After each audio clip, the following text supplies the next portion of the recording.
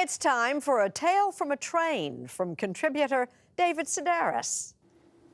I'd boarded the Eurostar from London to Paris, and we just left the station when the English woman across the aisle began applying nail polish.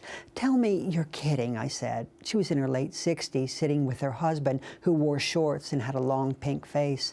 "That's like using spray paint on a train. It would be different if the windows opened, but they don't, and it's giving me a headache." "I've only just unscrewed the cap," the woman said. "You honestly expect me to believe it's affected you this quickly?" "Yes," I told her. "I'm begging you to stop." She said she would, and then she continued. "So you're going to stop when you're finished? Is that it?" I asked. "For God's sake, man," the husband said, looking up from his phone. "We have to be on this train together for 2.5 hours. I'm aware of that," I told him, watching as his wife screwed the lid back on. The polish was cantaloupe-colored and matched her face and her short dyed hair.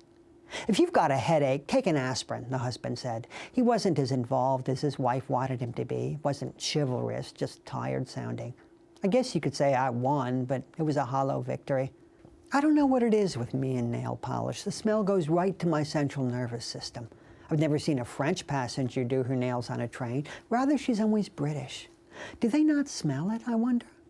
Once, the woman seated beside me in a London restaurant did it. "Oh, no, you don't," I said, and she acted like I'd asked her not to chew, as if my request was completely unreasonable. Is this my punishment for smoking all those years, I wondered, sitting on the Eurostar? I took out my laptop, and it just started working when I heard the woman say to her husband, "The sound of his typing is giving me a headache. What about that? What about me being bothered?" She's got to be kidding, I thought. How can she even hear me? His fingers striking the keys is driving me crazy. She was, of course, just trying to get me back. If she'd taken her case to me, though, wouldn't I have had to accept it and quit typing just as she had quit painting her nails? Then I'd have to insist that her breathing was bothering me, and it would just escalate until we were both dead, until it was just her husband seated between us, happy at last.